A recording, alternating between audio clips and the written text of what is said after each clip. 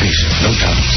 That's it? That's it. I got it. And now a word from Ron and Fez.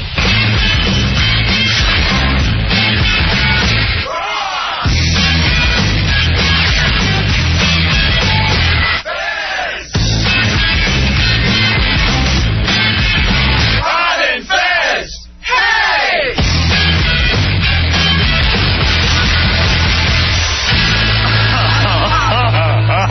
I got a fever, and the only prescription is more cowbell. I could have used a little more cowbell. I gotta have more cowbell. We should probably give him more cowbell. Buddies. It's the Ron and Fez show, buddy.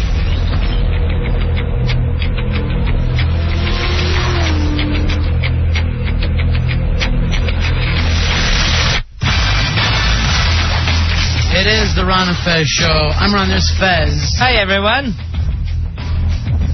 He's all full of sausage tonight. I am. I had dinner at the Benningtons. I grilled some sausage and peppers for Watley, and he went to town. It looks like the lithium isn't stopping your appetite at all. No, that was one of the could go either way side effects where you'll either binge or have no appetite. Look in there and see if there's an incredible amount of sausage and peppers that one man can eat as some kind of a side effect. I always wonder about this. Is it rude to be the last one at the table still eating when the rest of the fam gets up and goes about their business? Yeah, after a while we get grossed out. It's not so much that we've had our fill, but just the sausage juice and onions flying around. People just start to go, I can't take it anymore. It's scary. A lot of people like to clean their plate. I like to clean the table. Yeah. I don't feel good about myself unless there's a clean table. I tried to tell you that's good in pool, bad in dining. And you have the same problem at a buffet where you're like, I can't go. I was raised this way. Everything has to be done. I just have this problem where I get so giddy when there's really good food set out on the table, and I'll dance with it on my fork. I get so excited about it. All right, it's 866-277-4969. Big show tonight. Super producer White Riot, Ray Bottoms, and Wonder Boy, the three of them. The trilogy, the unholy trilogy. He's counting on the listeners to help him prep the show tonight. I call it the excess of evil. Yeah. Yeah, here's an idea, like the teacher had. And didn't Ronnie send that to you? Doesn't matter. He's going to explain it back to us. And I got an idea about Japanese bondage. Didn't you get that one from Ronnie? Yeah. Mm-hmm. But I've got it all in papers all over my desk. I can't put it together right now. I'm too busy working on my weekend show, White Riot. Yeah, as long as there's a lot of papers being shuffled, some work must be getting done. All right, we do have a Ray Bottoms report from our new intern. Did we ever rename Cigar Said? No, we never did. All right, come on in for tonight's Ray Bottoms report. This is our new intern, Cigar Sid. Sid, what do you have for us? My White Riot research team has pulled us some interesting stuff. Wonder Boy actually has a picture of me in his wallet. Why? I don't know. That's odd. I'm very uncomfortable with that. You know what? I do not want us to run into the same kind of stuff that's happened to the military, where there's pictures that only Alan and Cameron can see, and they won't show it to the public. Are you sure that's just not a picture of Andy Reid in his wallet? He takes it everywhere because he loves the Eagles. All right, 866-277-4969. New pictures, and apparently were seen today by everybody in the Senate, or is this a team? Who was it, Fez? I think it's just the Senate Armed Services Committee. Yeah. I think they're the only ones that get to see these things yet. Yeah. Although, you know, someone's run into the copier. And apparently they left there just white-faced, white knuckles, completely grossed out by whatever these pictures were. I have no idea how bad it could get. I guess it went past some of the hijinks with the girl just having stuff around their necks. A lot of nude pictures, a lot of homoerotic stuff, apparently some torture, and I believe the term sodomy came up. Yeah. Sodomy. That term, with the term glow sticks, came up. And they say over 1,800 images they have 1,800 pictures to look at. Unbelievable. And mostly from personal digital cameras that the soldiers had taken to Iraq with them. You know, these personal digital cameras are everywhere. It's why you can't go to a gym anymore.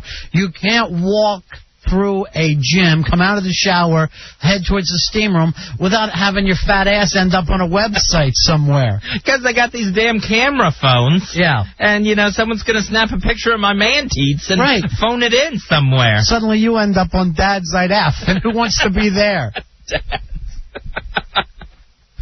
It's just ridiculous. Fezzy, what an S-storm. And I'm going to point this out to every listener. I don't know whether people think it's entertainment or whatever. We have Ron Fez at AOL.com set up where people send us messages all the time.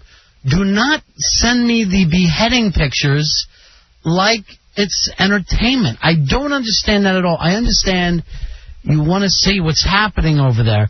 But when I just start clicking on the AOL and just have to delete picture after picture, I'm like, I don't understand the point of that. Yeah, you contacted me today that, did anyone send you this thing? And if they have, don't look at it because you know me. I do know you, and I know that you have trouble sleeping as it is. Actually, last night, even after the thing, there was such a sadness that hit me. I just felt terrible for the kid from Westchester, his family. I saw the pictures of his dad collapsed in the front yard.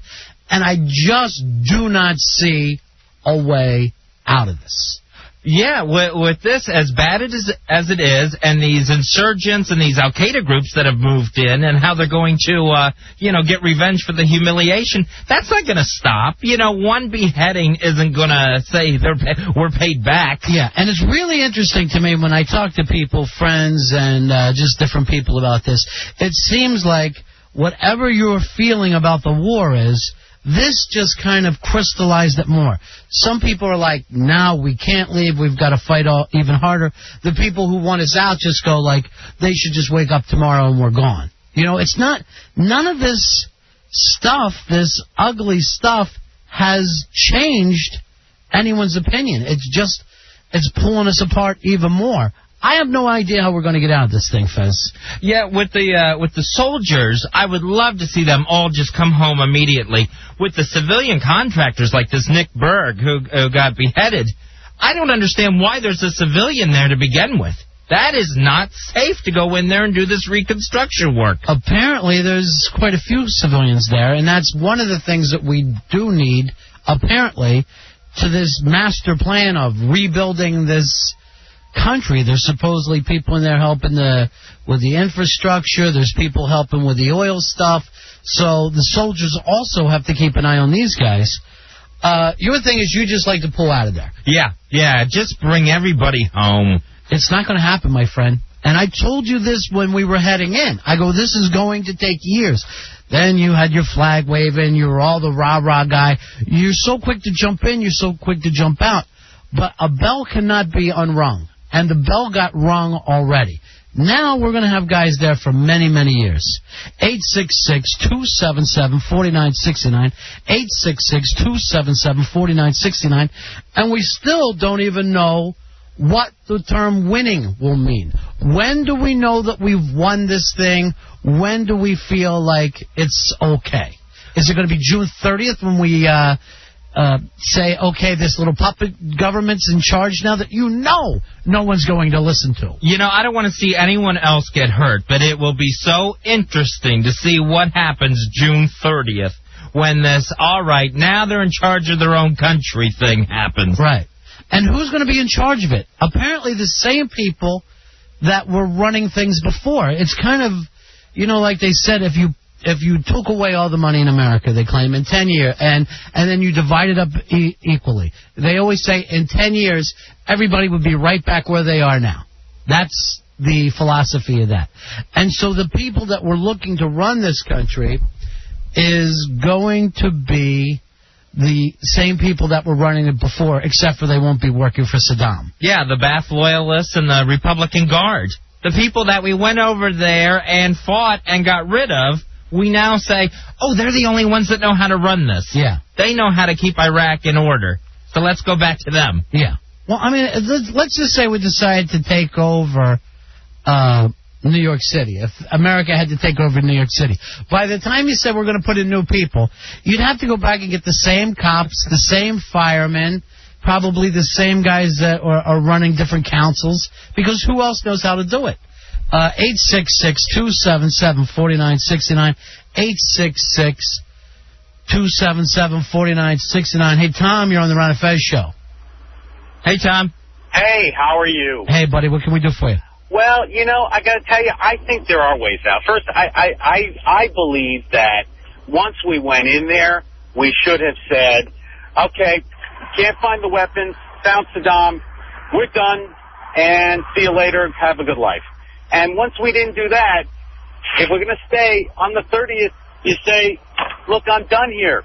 You know, you guys have to, you want your democracy, you got to stand up for it, you take it.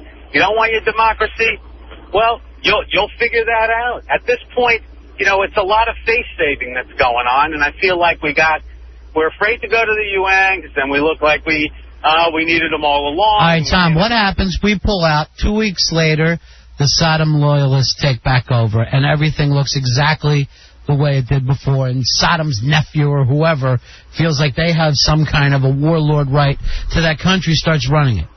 Well, Ron, I hear you, but, you know, the last thing I remembered when we went in there was we didn't go in there to destabilize Saddam. We went in there to make sure that an imminent threat wasn't going to be executed against us, right? Yeah.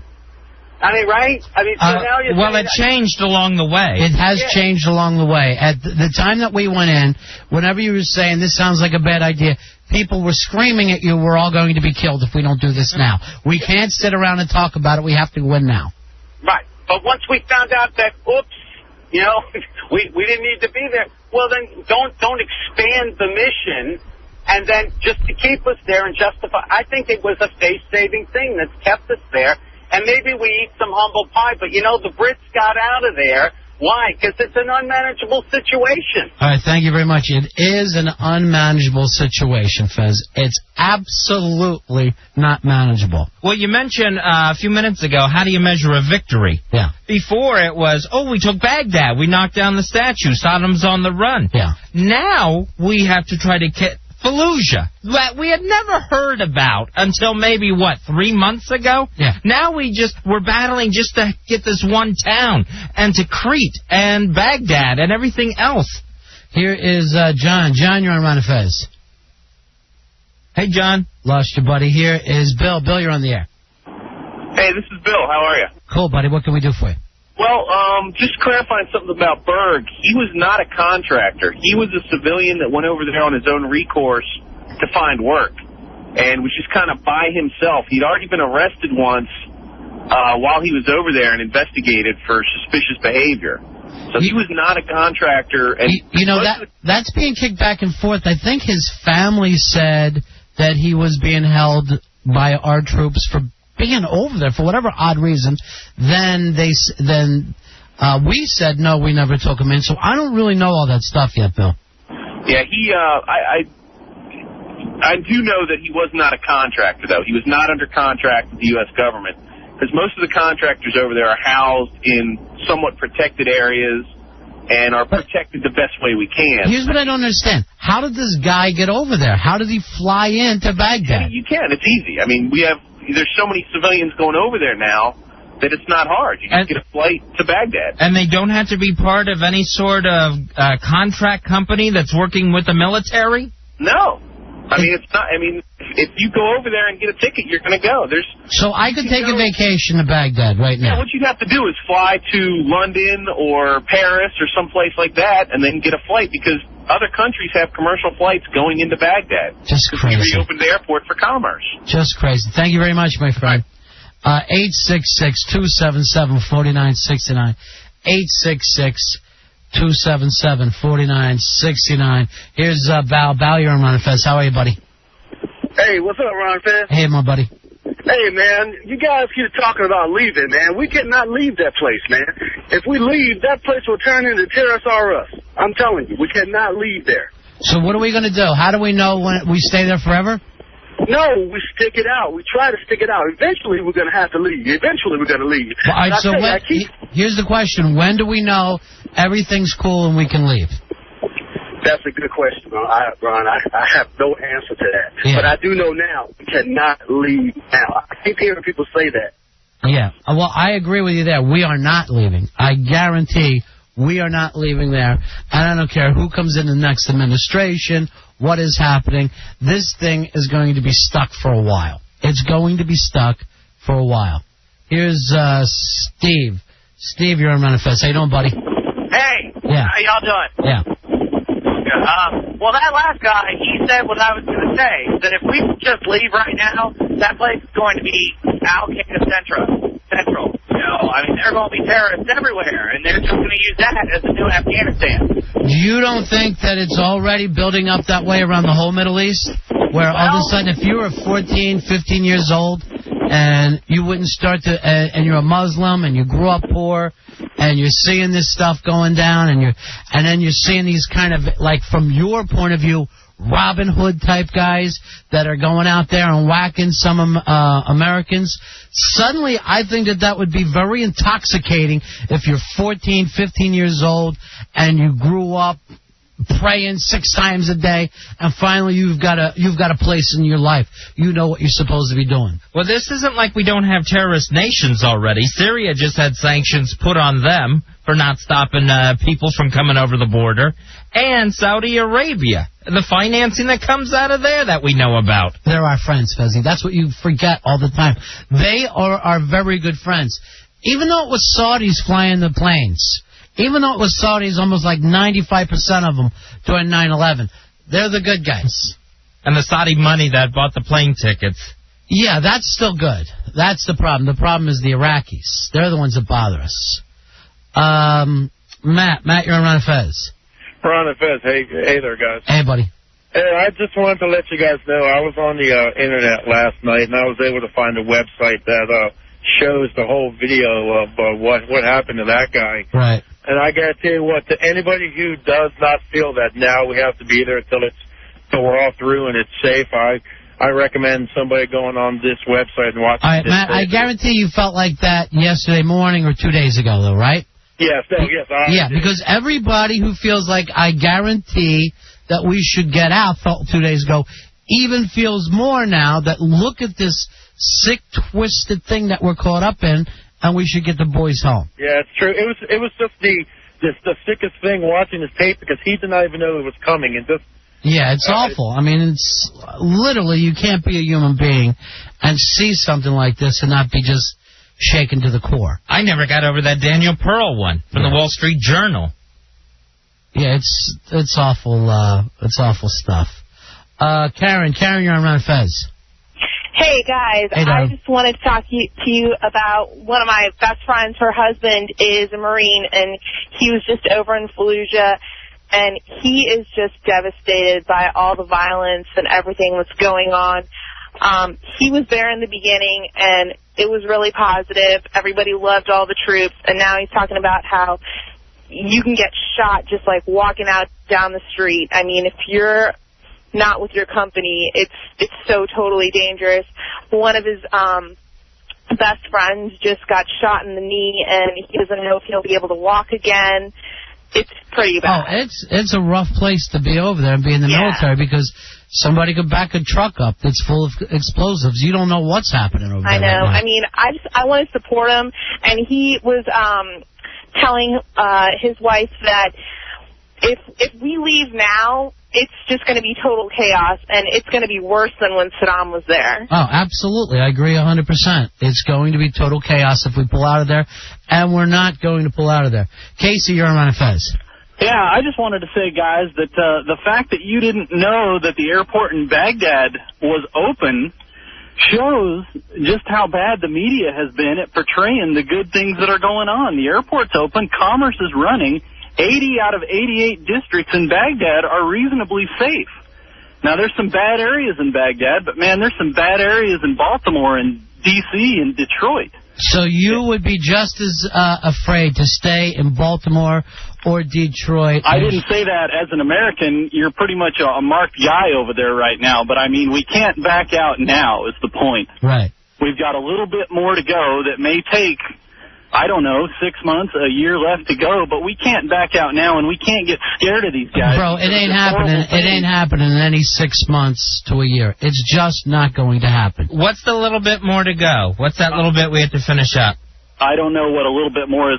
I bet you in a year you'll see a significant improvement in things. But my point is, you can't get scared of these guys just because they did this horrible thing to this guy. I mean, everyone agrees that was absolutely sickening, but that's no reason to be scared. We're already there doing it. You know, let's finish this thing. All right, my friend, thank you very much. 866-277-4969. 866-277-4969. Here is Rich. Rich, you're on Ron and Fez. Hey, Ron. Hey, Fez. How you doing? Hey, my buddy. Yeah, I just wanted to kind of jump on the bandwagon there, I guess. It seems like a lot of folks in support of this. Yeah, my opinion is, too, we can't leave. I think our enemies really count on it. You know, they really count on the fact that American resolve is something that seems to run out pretty quick.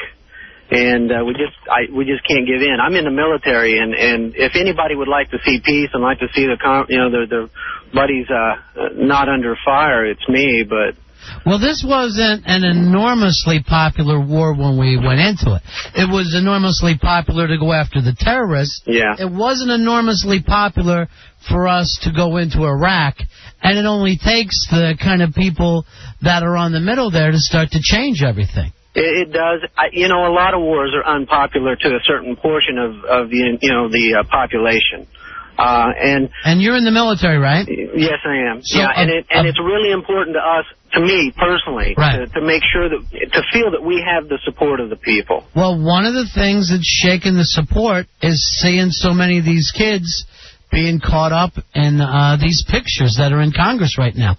That's literally, I can't imagine us having a rougher PR time than something like that. I don't think it's as bad as like a My Lai or whatever during Vietnam, but it's still pretty rough. It's still something that shook a lot of people. Yeah, well, I'm around guys every day who are literally going out there and putting their lives on the line. And if you were to ask them, though, you know, they would tell you probably the same thing. I'm sure they would. You know, they'd say, "Hey, we're doing this because we believe in it," and it's easy to quit.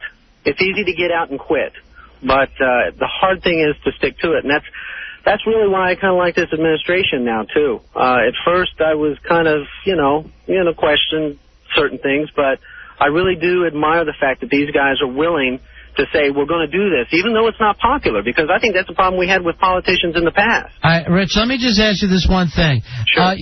It's just as dangerous as parts of Baltimore or D.C., as we heard? I think we should pull out of Baltimore. No, I think maybe Gary, Indiana, but that's about it. All right, I'm just going to give this out for any time anybody wants to give those kind of comparisons. White people are so scared of black. And we'll leave it at that. Thank you very much for calling, Rich. All right, great. I love listening to you guys. Thank you so much. We're going to take a break here, Fezzi. We'll come back and pick it up. 866-277-4969. It's the Ron and Fez Show.